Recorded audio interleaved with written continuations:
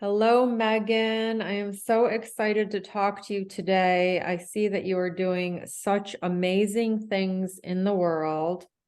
You created the MS stage, the MS stage method, and you were diagnosed 19 years ago with MS. And with that diagnosis, you have just done so many things to help so many people. You are an empowerment coach.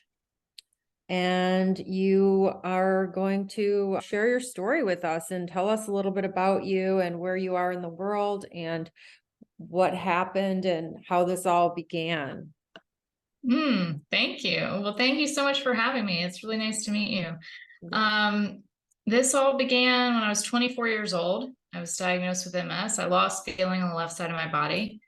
I was in the process of my first move from New York City to Los Angeles. I had moved to New York right after college and wanted to be a theater director, or a choreographer, or both. And was in New York on 9/11, moved there 5 days before 9/11. Yeah, so that's part of the crazy story. But 3 years later, I was diagnosed with MS, lost feeling on the left side of my body, and was in the process of my first move to LA for a job opportunity. And I got to Charleston, South Carolina, where I'm from, where I now live, which is funny. We moved back here 2 years ago. And I got here, on the plane, I was like, I'm really dizzy. And the symptoms had kind of been going that weekend. And I was like, I'm just exhausted. I'm stressed from the move and all this, saying goodbye to all my friends and everything. And got on the plane, was dizzy, and then got to my sister's house and my left leg buckled from underneath me. And I was like, this isn't right. Something's wrong. This was before you were diagnosed.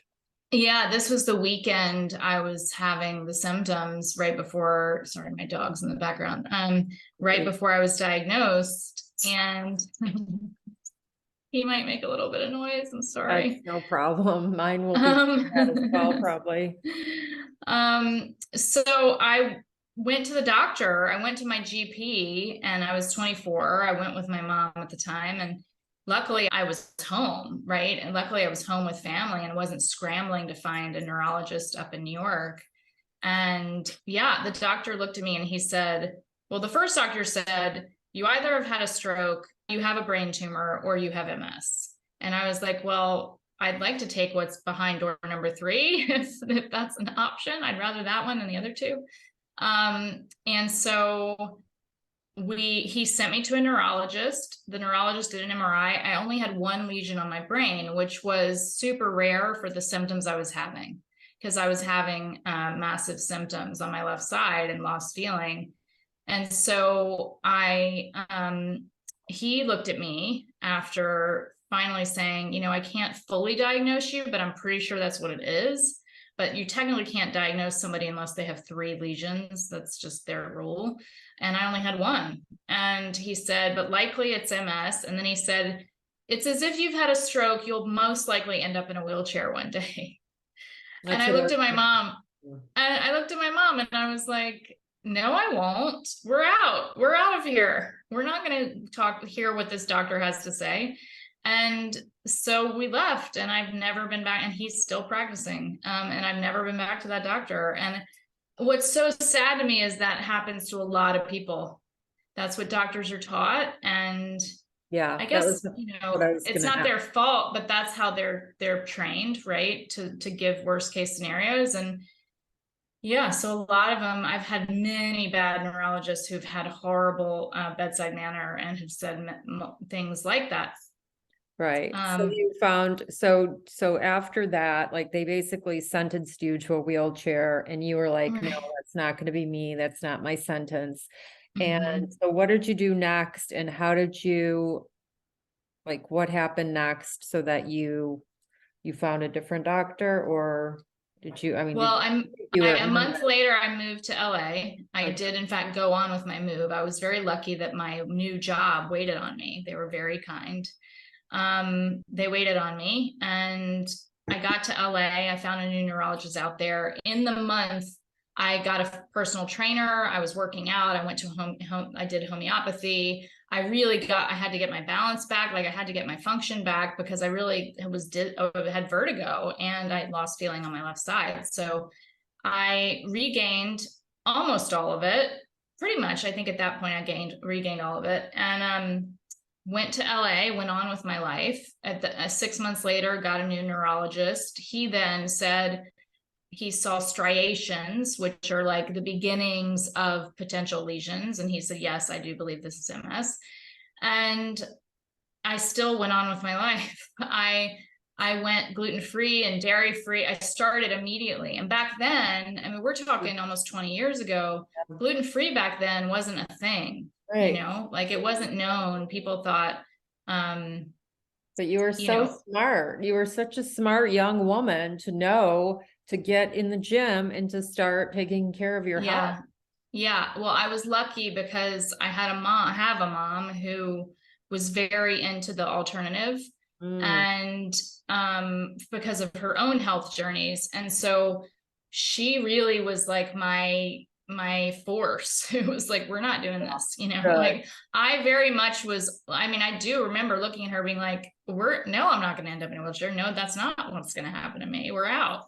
And then she kind of took it in her own hands to say, okay, we're going to find another way. We're going to find better, you know, and I found the doctor in LA, and then she actually found a homeopath who he's retired now, and he was in Florida at the time. And I flew back to Florida every few months. I would go between LA and Florida because he had developed his own method of homeopathy. He used to be an acupuncturist. So I went down this whole journey of natural medicine. And I definitely know that if I had not done that, I would be way worse than, on my journey. For sure. In fact, I had a doctor tell me that. So, okay. And then that's amazing that you had a support. I meant to ask, who was your support? And you had your mother, and she was intelligent and knew a lot. And then you went gluten-free, dairy-free, you got in the gym, you found this doctor in Florida. And then what happened from there that created you know, the MS stage and the MS stage method? When did all that begin for you, where you were helping others? So at the time we're talking about, I was wanting to get in the film industry. I had been in the theater industry. I wanted to get in the film industry. I was a celebrity publicist at that time, but I had moved to LA to work for a talent manager and get into the behind the scenes production side of film. And I had a lot of ups and downs with my health. Like I had multiple various, I would say, exacerbations, MS exacerbations. And a lot of times I'd have to like take time off or I'd end up in the hospital. There were definitely times when things flared, and like when stress happens in your life. Stress, lack of sleep. It's very common in my situation. It was a lot of times it would be an emotional trigger. One time I got into not the boss I moved out to LA for, but a different boss in LA, got into an argument with her, and she just was like somebody who was not a good person. She berated me, and it was just, and I was already really sensitive at that point, and that just sent me, it was like a combination of that on top of other things I was living in an apartment that had mold in it. And there was a gas leak in my apartment. And then she yelled at me one day. And then it was just like the storm of everything. Right. And and then I ended up in the hospital. So you had environmental things and mental from her. Yeah. So you had two double whammy that ended. And there was a gas leak in my apartment. I was breathing in gas for like 36 hours or something and not even knowing that I was. So that was crazy. So I had things like that happen that led to the different exacerbations. But but then sorry, I just lost my train of thought. Your question was, you met your husband too. So I ended up I met my husband, I had been in LA at that point for 5 years. I met him at the tail end of those years. And at that point, I had been diagnosed for 4 years when I met him. And we fell in love very quickly, like really quickly. How We did you knew right meet, away. how did you meet him? I'm single, so I always So ask people. we met through, well, it was funny. I had a boyfriend. Was dating a guy at the time. But I knew he wasn't the one. I just was like having, we were just boyfriend, girlfriend, whatever. It wasn't Time. super serious. We were spending time. Um, and my friend who was in New York was coming to LA, and she was like, "Oh, let's go to dinner. I have another friend I want you to meet. He's also from the South, and I'm from the South. I'm from Charleston." And so we all went out to dinner. And so ultimately, and we just became friends for like a few months. We stayed friendly. And then I went on a movie shoot because I was working for a producer at the time. I went on a movie shoot and came back from the shoot, broke up with my boyfriend, and then got a message on Facebook, which back then I had just gotten a Facebook account. Like Facebook was barely new at that point. I didn't even really know what it was. And he like messaged me on Facebook and said, "Hey, are y'all around this weekend?" Meaning me and my boyfriend. I said, "Well, we're not around because we broke up, but I'm around." And he was like, "Well, I'm sorry to," he said something like he was like, "Sorry to hear that, but a lot of guys out there will be happy about the news," or something cute like that. And yeah, and then our friendship very quickly developed into more.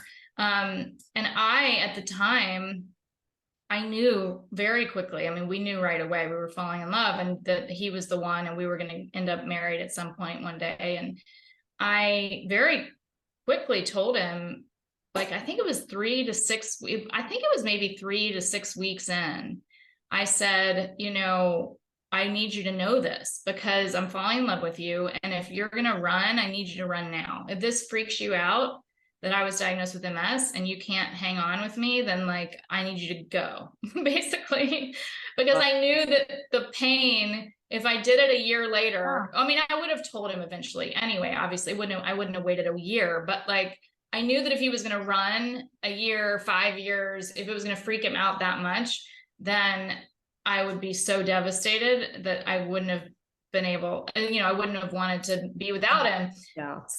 So I gave him the heads up, and we went and talked to a neurologist together. I was like, "Look, you can do your own research. We can talk to," I had a life coach at the time who also had been diagnosed with MS like 20 or 30 years before that, and she was doing really well. So I told him, "Why don't we go talk to her, and she can share her story with you too." And I know we went to her. I don't think we went to a therapist. I know we went to her. We went to a doctor.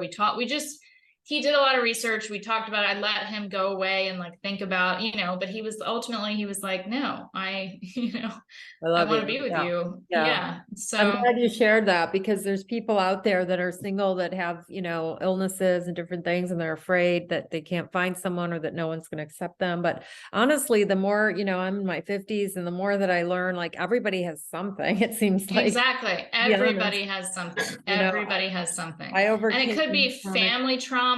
It could be so many whatever, so many things. And we all live with different things. So yeah, it's more a matter of like, are you willing to accept somebody else's baggage? And anything can happen. Like, I don't know if Yeah. this one woman was on my show, and she married an older man, and he had early onset Alzheimer's. She was married to him. She dealt with that for 12 years. So, and then she's now happily married to someone new, but she had a 5-year-old child with this guy, and they, and she had to take care of him, and he ended up in assisted living. It's a whole thing. So, I mean, you don't know it anyway, but it's cool that you accepted, and all that. It's awesome. And you met your husband.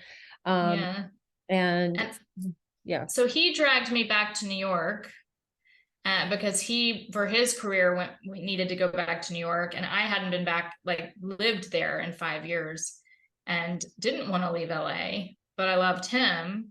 And I was like, "Well, it'll be interesting." Well, he said, "What will it take to get you to come back to New York with me?" And I said, "A ring on my finger. I'm not moving without a commitment."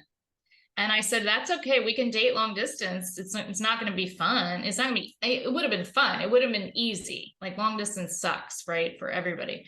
But I said, we can date, we can do the long distance thing, but I just need to know if I'm going to be renewing my lease. And he knew when the lease was coming up. And I just said, I'm just going to need to know because that's just reality. And so it was pretty funny.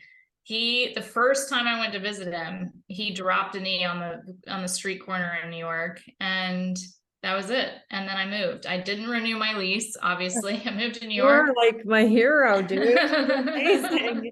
You're so smart. So I've lived in New York and LA single and both cities married, which is very cool. Yeah, so we did that. And in New York, I got certified in image consulting and was a personal wardrobe stylist for over 10 years and had my own business and flew back and forth between New York and LA, seeing clients. And that was my company for a long time. And I really, it's funny, I now call myself an empowerment coach, but I actually empowered women in their wardrobes every single day. I was working with women and men, more women than men, but I was using wardrobe and style as the way to empower them and build confidence in them. And I loved it. I was really good at what I did. But it was so fun. I loved it. I love shopping for people and all the things. And I mean, I was doing it at a time when Barney's still existed in New York. It's so sad it's gone. And you know, I was really in the crux. I did it before Instagram. I started before Instagram started.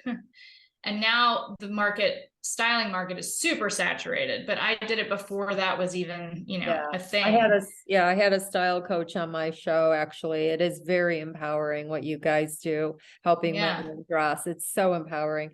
But I want to learn where the spirituality came into play. And because I watched some of your Instagram and how your meditation and all that stuff started about, because like I said, your Instagram, you had something really powerful on there. And thank you.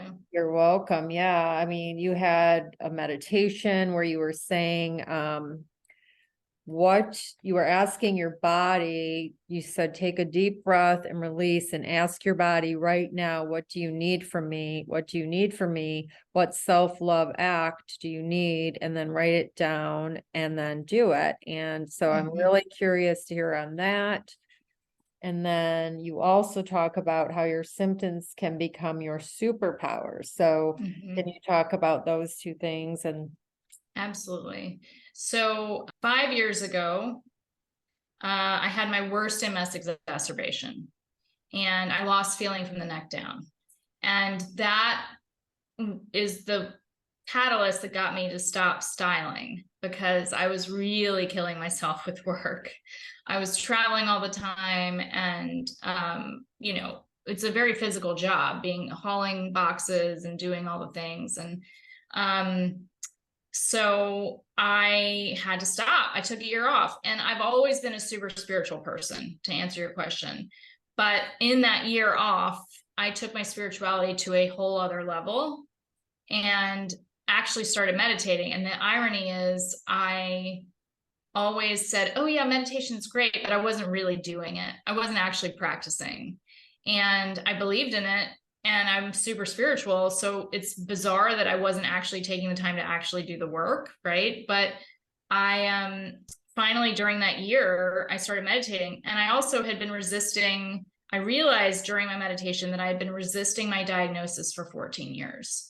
So even though I would say I was diagnosed with MS, I did all the right things, right? Like I did all the homeopathy, the food, the diet, the whatever. I did all the exercise. I did all the things, but I wasn't really taking care of myself internally. And when I started to do that, I realized that I had been in fight or flight around the MS diagnosis for 14 years and realized that acceptance of it, and I'm not saying ownership of it. Like I don't believe in owning the label, which is why I don't say I have it or I am it or whatever. I say I was diagnosed with it, and I've always said that. And even when I met my husband, I was like, don't tell people I have it. You have to say I was diagnosed with it when you explain my story. Sure. And because I didn't want to own the label. You don't And want to identify with it. That's not who you are. yeah, exactly. And so my body, but your body listens to everything. So I'm coming back to your question. Your body, your cells are constantly listening, right? They hear everything you say, you feel, you think. And so the more you talk to your body, the more you're in relationship with your body and your symptoms, and you can see your MS as this, or anything. I don't even want to say your MS. I want to say the MS.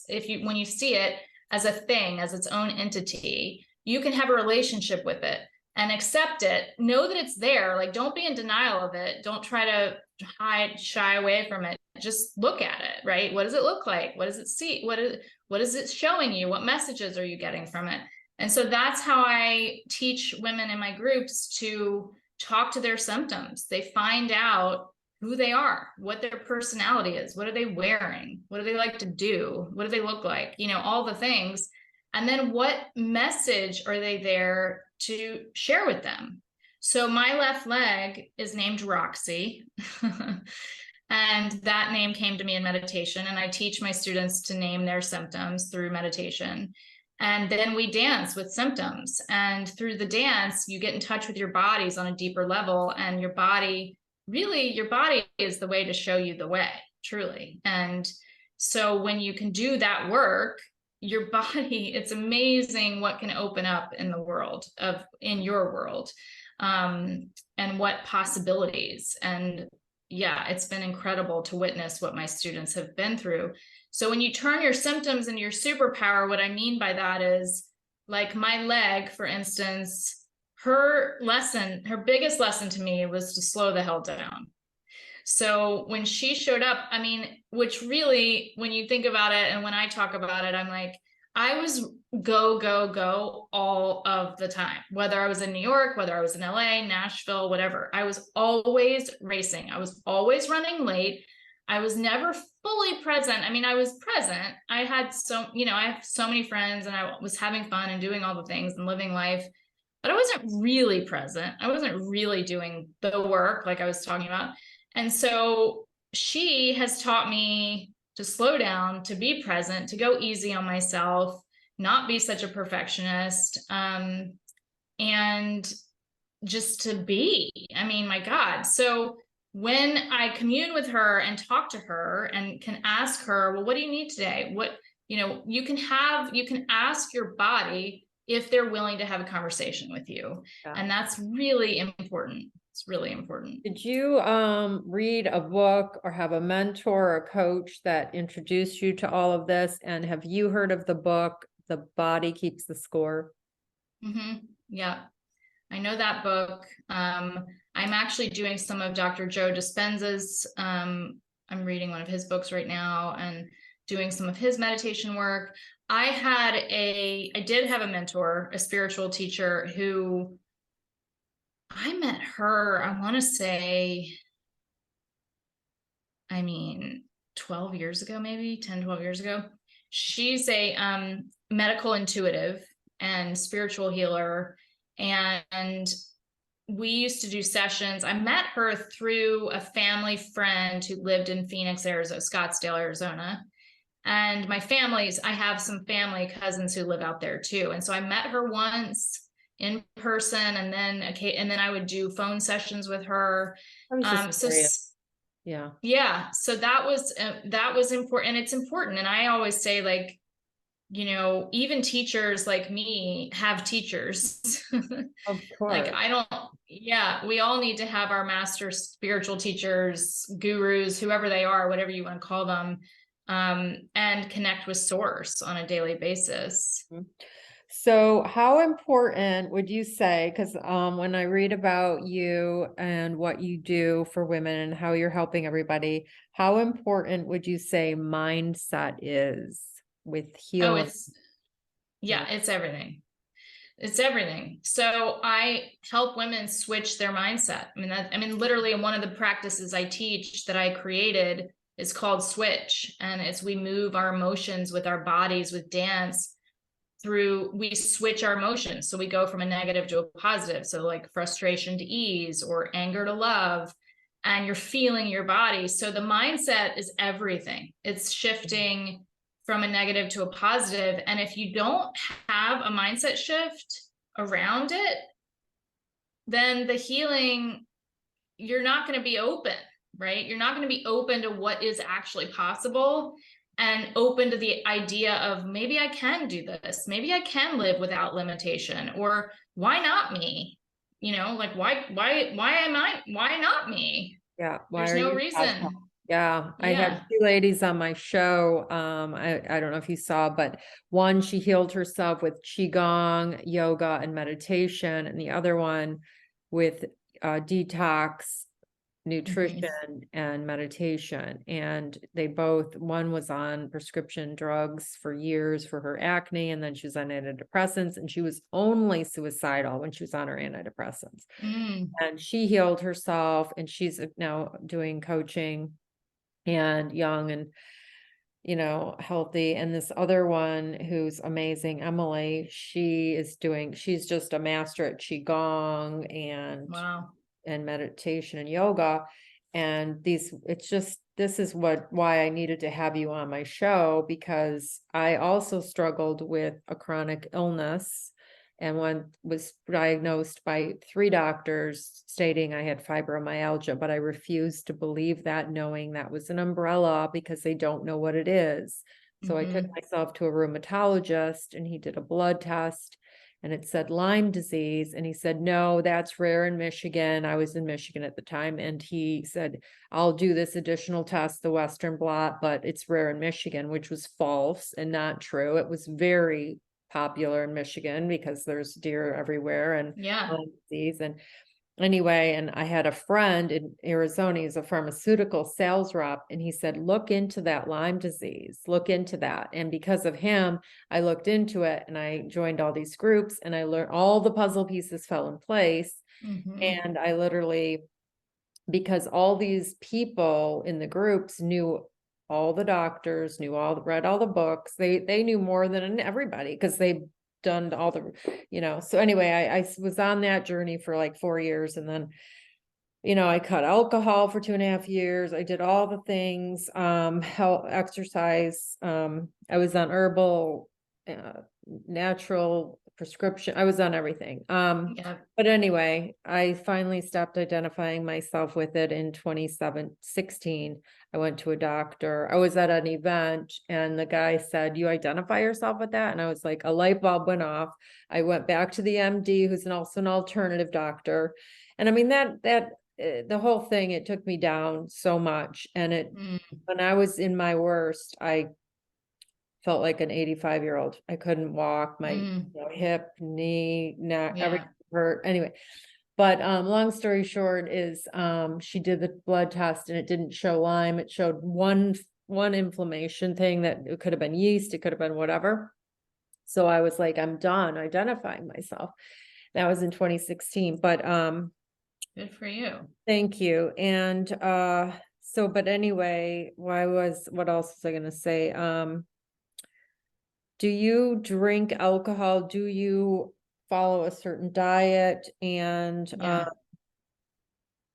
you on any medication? Do you take medication? Yeah. So I didn't take medication for the first 14 years. It was in my big relapse 5 years ago, little over 5 years ago, November 2017, that a neurologist she's Italian, and she's lovely, and actually had a heart. And she looked at me and held my hand and was like, Megan, it's time. Like, you have to get on a drug, because it's been, you know, a long time, and I don't want you to get worse. And so that was when you were right? That was when you were like paralyzed, like not paralyzed. Yeah, I lost feeling from the neck down. And so it took a couple months for me to do a lot of meditating around that, and sort of have my come to Jesus and say, and accept that I was willing to say, yes, I will accept this medication.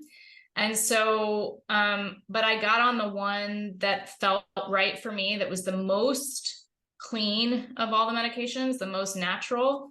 And I was on that one for 5 years. It was injections. I had to give myself every 3 days a week. But what I did with it, and is that I would inject and say thank you. And I would literally bless it and thank it for working for me every time I would inject it. So I came at it from a very empowered place. And then recently, this past December, I chose to get on a different medication because I was like, well, my doctor was like, I'd rather you be on something stronger, you know, just because you've had it for so long. And I was like, well, let me do my own research and feel what feels right for me. So I muscle tested myself with the names of the medications. I did a lot of research. I really felt into what felt right for me and chose one, and my body is handling it really well. And I still, when I take the pills, I thank them, I bless them for working for me and for working. And I don't see myself being on them forever, but it felt like a stopgap. You know what I mean? Like the whole thing, being on the medication at least was like, okay, is this helping me not progress so that I can continue to heal and do my healing work? So let's just use these as like a stopgap measure right now. So that answers that question. On top of that, I do follow the Walls protocol for the most part, WAHLS. She's an MD who literally was in a tilt back wheelchair and reversed her MS. She's the doctor, and she was like Zoom barely. She didn't have much function, but she would like Zoom around the doctor's office or meeting, seeing patients. So she's now super healthy, thriving, did a TED talk, created her method, is helping people around the world and doing research studies and clinical trials. And it's for people with autoimmune and MS, and there's other things she's working with too. What is the main, like, is it? Yeah, so the main thing is a lot of meat.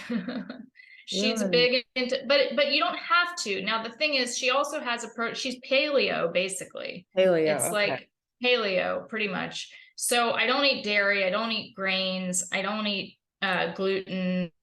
I do eat meat, I do eat lots of vegetables. And she does have a version. If somebody is vegetarian and does not want to eat meat, she does have a version for that.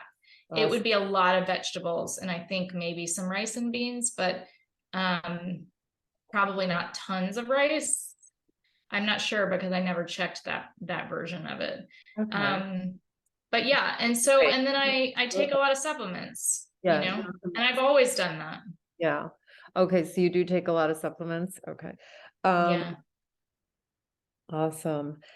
I know that, I was going to ask you, let's see, the diet we covered. What about alcohol? Oh yeah. So it's interesting. So for a long time, I cut out alcohol. Not that I was ever a big drinker.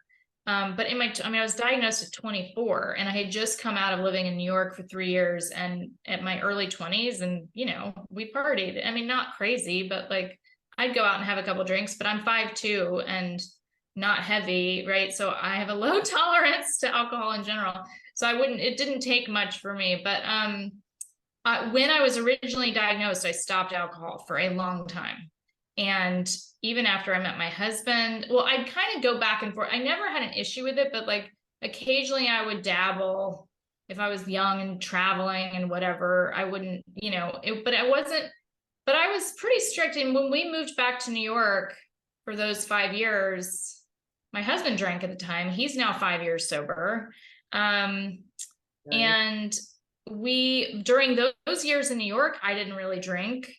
Maybe occasionally I'd have a glass of wine. So now I would say that occasionally I'll have a little bit of red wine. Yeah. My husband does not drink at all, but it's interesting. I have a new relationship with my body where I'm trying to be a little more easeful and like just listening to her. And if that's what she wants, but like wants it in like a nourishing way. To me right now, if I have a little bit of red wine, it's like this much and it feels nourishing. Like I do it because I'm like, no, this is not me trying to take the edge off at the end of the day. It's me feeling like my body actually needs the resveratrol. Like for whatever reason, I feel good when I do it. So I'm like, well, and then maybe that's for whatever reason, maybe I need it right now. But that doesn't mean it's every day. It doesn't mean it's. But in the The Walls diet, is there alcohol or no? No, I don't think so. I think it's probably gluten. It's probably no alcohol, just my. Yeah, yeah. I don't think it's alcohol for sure. I mean, I think I Okay. think she wouldn't be opposed if somebody had a little bit of wine or something. Yeah. So do you want to talk about the MS stage method and the MS Oh stage yeah. and Yeah, we your didn't even talk program? about that. Yeah, well, that's So um, so it was during that period of time, um, after my bad episode 5 years ago, that theater was really calling me.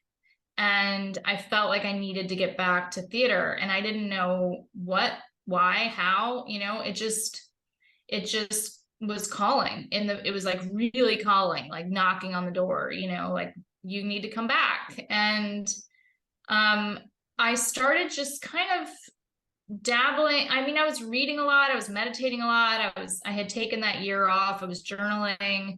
um I started to go down a road of where I was going to style, I was going to share more of my story, um my healing story, but also my styling. I was going to do both and somehow combine them. And then the world shut down. It was 2020 at that point. And I was like, oh, well, I'll start doing virtual styling and style people online. And then I'll start sharing my story more. And so I went down that road, and things just weren't, it wasn't meshing, it wasn't clicking. And I did actually do some virtual styling that worked very well for people, but it just wasn't fulfilling to me. I was either like, I needed to be in there with my hands on the clothes, or, doing something else.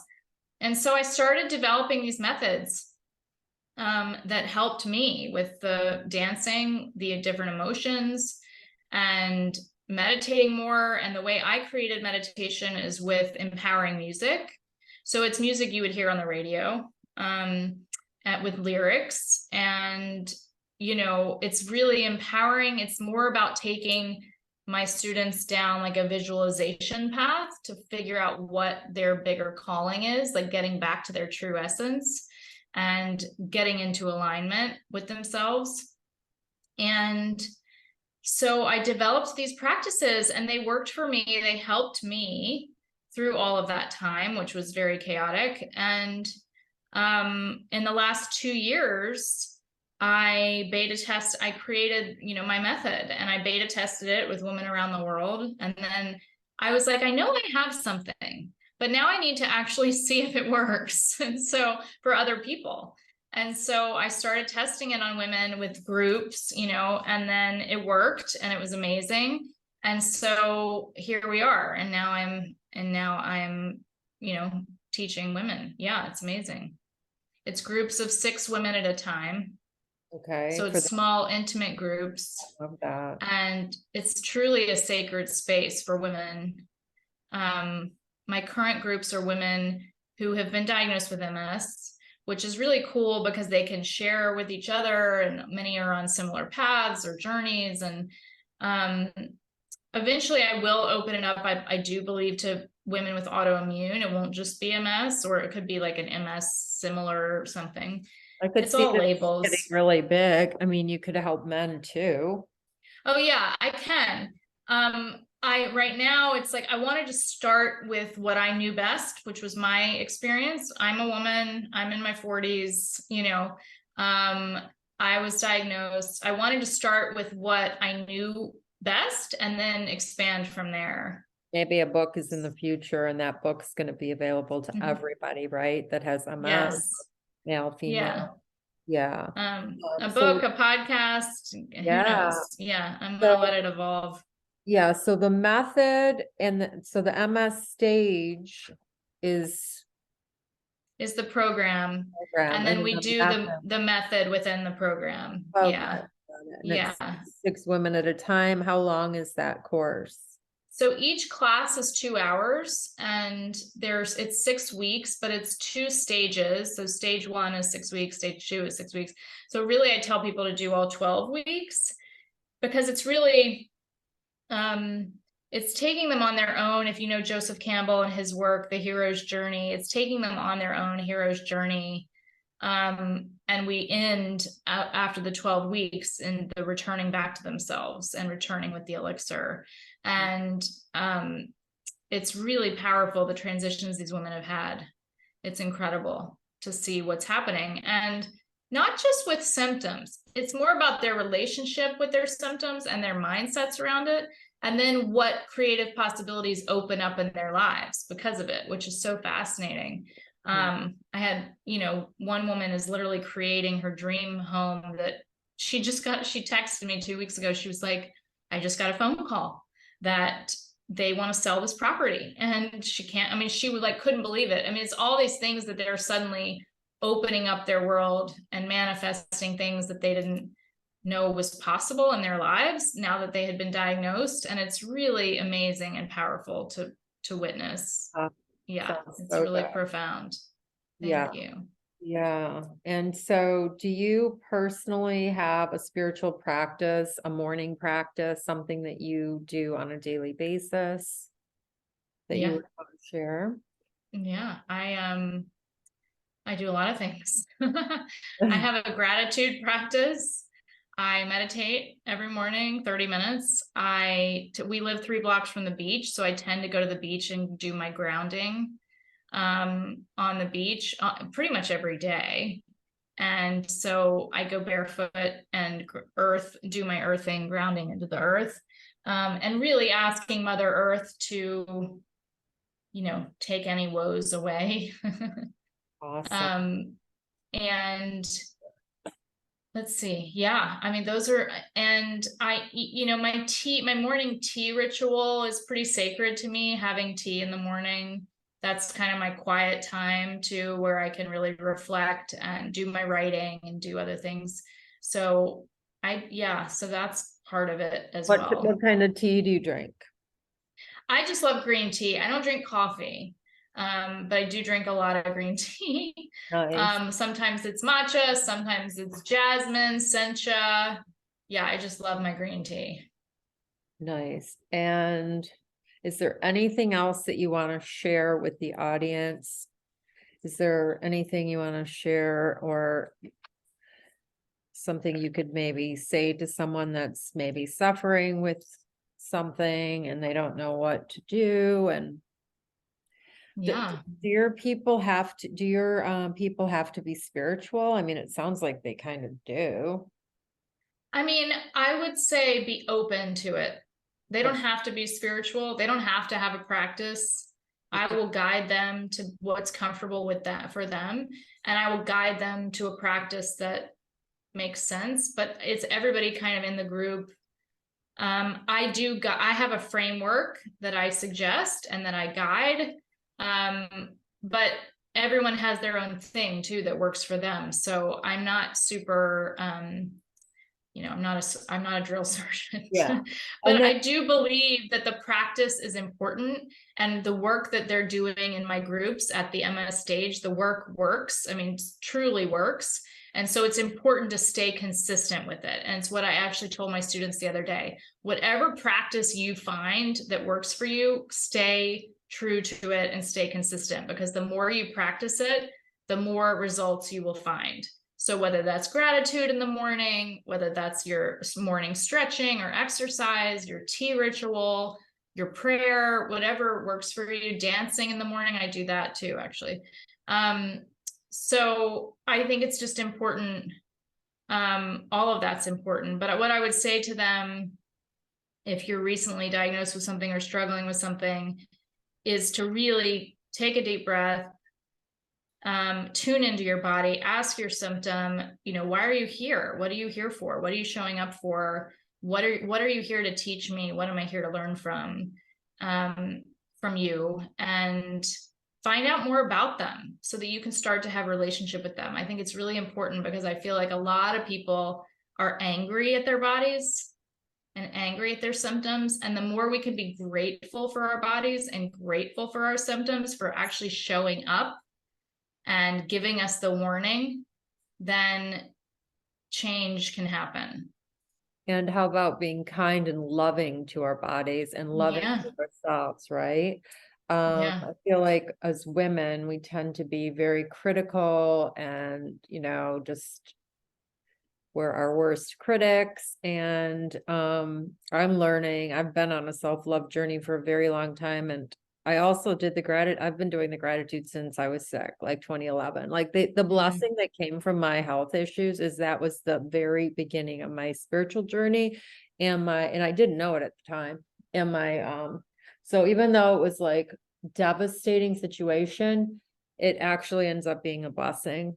It's always a blessing, always. But people have to learn to see it that way, which Yeah, is the mindset shift, and then take from it the good parts that you learned, right? And then do something with it, yeah, because that's it's the most important thing. But a lot of people, I never, ever on my journey have played the victim mode, ever.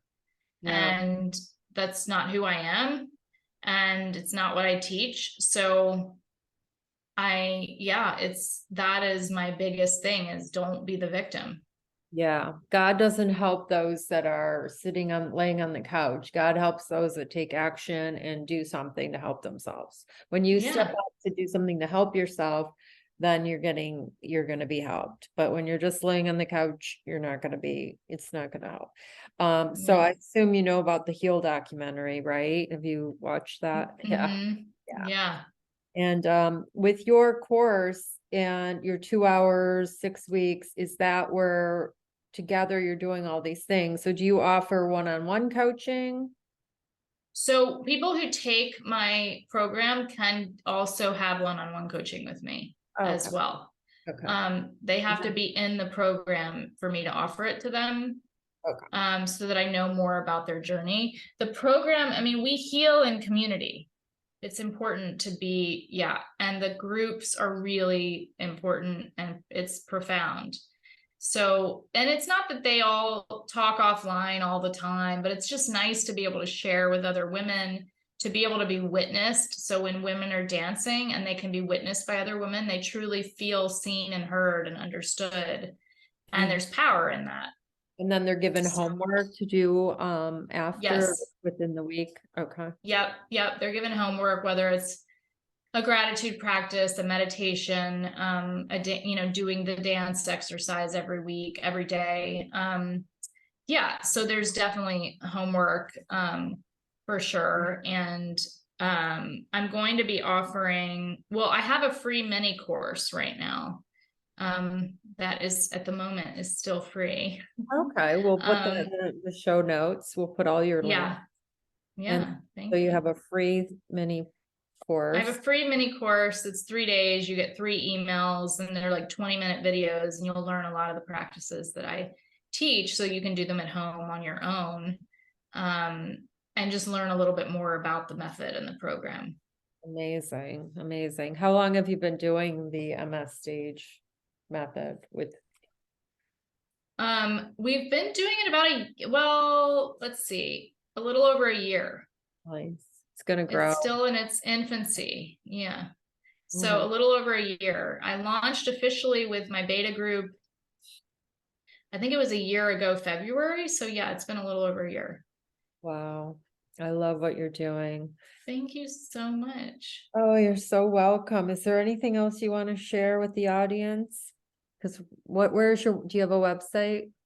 Yes. So it's www.themsstage.com. I at the MS Stage is on Instagram. You can find a lot of the links in my bio, and you're going to have in the show notes things like my free mini course. Yep. And let's see what else. You can sign up to join a group. So this is airing next week. I'm actually signing up people right now for my April groups. So if anybody hears this, or you happen to know somebody who has MS, please pass this on to them. It's a special place to be. Absolutely. Yes. Yeah. And they can see your amazing videos where, and you look just like, who did I say you resembled as Goldie Hawn? Oh, Kate Hudson. And you've gotten Thank you. for years, right? Oh, I have gotten that for years. Thank you. I especially got it when I used to live in LA, and one time I was chased down by paparazzi, and I literally stopped the car and I turned around. I was like, guys, I got out of the car And I was like, guys, you're following the wrong person. I hate to break it to you, but you need to go away. Yeah. And they were like, oh, okay, thanks. You know? Funny. But yeah, thank you. I will take it. But yeah, y'all can book a discovery call with me too, which is a good way to get to know a little bit more and let me get to know your story on a deeper level so that I can coach you guys.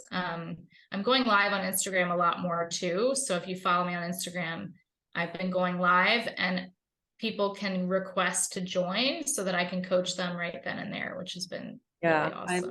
I missed it. I was at the gym and I was watching it, and it was after, and you had already, but I would have joined anyway just to chat and Oh, good. Well, yeah. come. I'm gonna be on in a couple hours, so Yeah, I have yeah. something this evening, but maybe No worries. You can yeah. stay tuned and there will be a lot more of them. Yeah, it's Passover tonight, and I'm Oh, going to yes. 7:30 dinner at Chabad here in not Novi, but I had the rabbi from Novi. No, right around here, but in Oh, Florida. cool. But anyway, yeah, it was so nice talking to you and getting So to know nice. you. Thank you so much for having me. I Feel really like you're a appreciate it. celebrity or something with your LA and New York and all that background. So, Oh my gosh, I was there a long time. what does your husband do? He was a creative director in advertising. So he has his own branding and marketing firm. But he did big commercials, Super Bowl. He won an Emmy for a Super Bowl ad that he did. And yeah, so he did a lot of big Nike, ESPN, Awesome. yeah, all kinds of different commercials. So yeah, now we've come back. He's from the South. I'm from the South. I'm from here. And we live 3 blocks from the beach. And we've slowed down a lot, which has been pretty awesome, I have to say. That is awesome. Yeah. Fur baby, just the one dog. Just the one dog. Yeah. What's his He's name? right there. His name is Hawk, Hawk. like the bird. Yeah. Cute, cute. Thank you so much for this. Oh, thank you so much for having me. I really appreciate it. It's been such a pleasure to meet you. You too, you too.